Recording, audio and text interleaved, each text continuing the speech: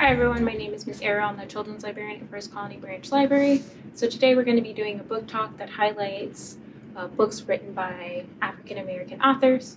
And this is in collaboration with February, which is a Black History Month. So Black History Month didn't actually begin until 1976 when President Gerald Ford declared the whole month of February would be dedicated to the celebration of African American and Black contributions to U.S. history.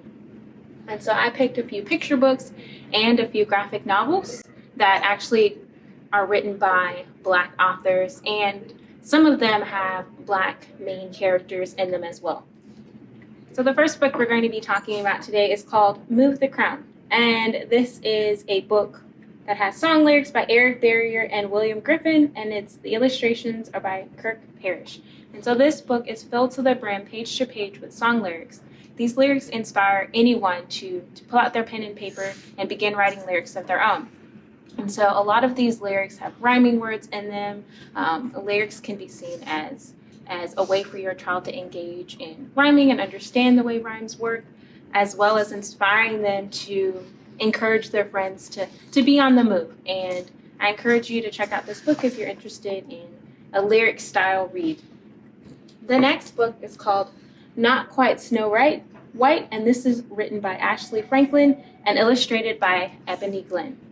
And so this book takes you on a journey with the main character who grew up in a loving home, and she goes to a school and she loves acting and playing the part in any play that she can. She loves dancing. She loves anything musical. The character inspires the young children to really not let their imagination limit them and to really step outside their comfort zone, and encourages them to do something that they wouldn't feel like they would be comfortable doing.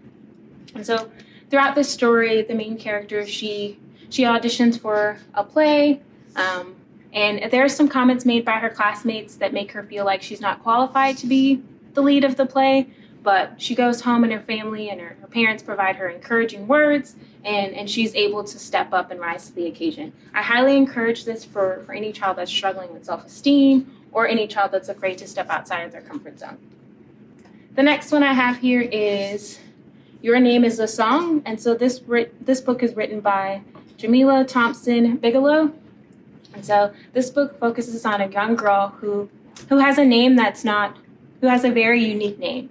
And when she goes to school, her teacher stumbles on her name. She goes home and she's crying to her mom, and she's very upset about the fact that no one can pronounce her name and people are making fun of her name.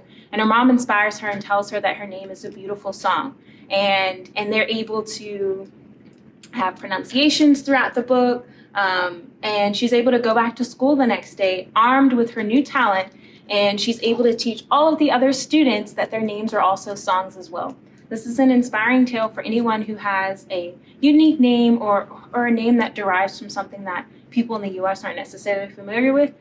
It encourages you to try something new at trying to get people to pronounce your name. And I encourage you to have your child sing out their name and try to use a pronunciated form of it. I encourage this for anyone anyone who has a child who has a unique name, and it can be hard to pronounce them. I would encourage them to be inspired to try to sing their name to their friends to get them to learn it.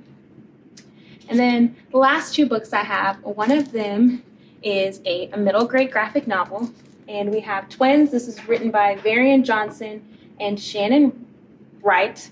And so we have two female twins who both are getting ready to start middle school. They've pretty much been inseparable, but now they're coming to an age where they want to create their own individual identity. And of course, this book is filled with sibling rivalry. It's filled with a little bit of competition, and it's filled with both of the twins kind of learning to discover their own identity and understand they can be individuals, but also be twins at the same time, and understand that they can rely on each other. I encourage this for anyone who has a middle schooler or elementary age child who's struggling with either fitting in or struggling with kind of finding their own identity in school. And then the last book I have is called Jada Sly, Artist and Spy, and this one's written by Sherry Winston. This one is a juvenile fiction book. We follow Jada Sly, who is also a spy, and she's on a mission to find her mother. Everyone keeps telling her that her mother didn't survive a plane crash, but Jada, on the other hand, believes that she did. And she's been taught well by her mother to identify people hidden in plain sight. And so she's going to journey with her new friends at her new school to try to uncover the mystery of where her mother went.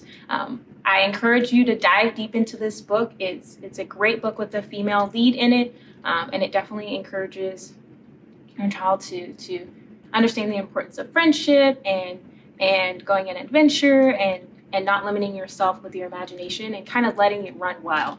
And she thinks that she's a spy. She believes that she's a spy. And I encourage you to read this book to find out if she actually is a spy and if she was right about her mom surviving the plane crash. So these are the books that I have that are all written by Black or African American authors and people of color. A lot of the leads in these books are Black or African American. I encourage you to browse through our collection and look for more books written by diverse authors and share with me some of your favorite books in the comments. Thanks for watching. Bye. Happy reading.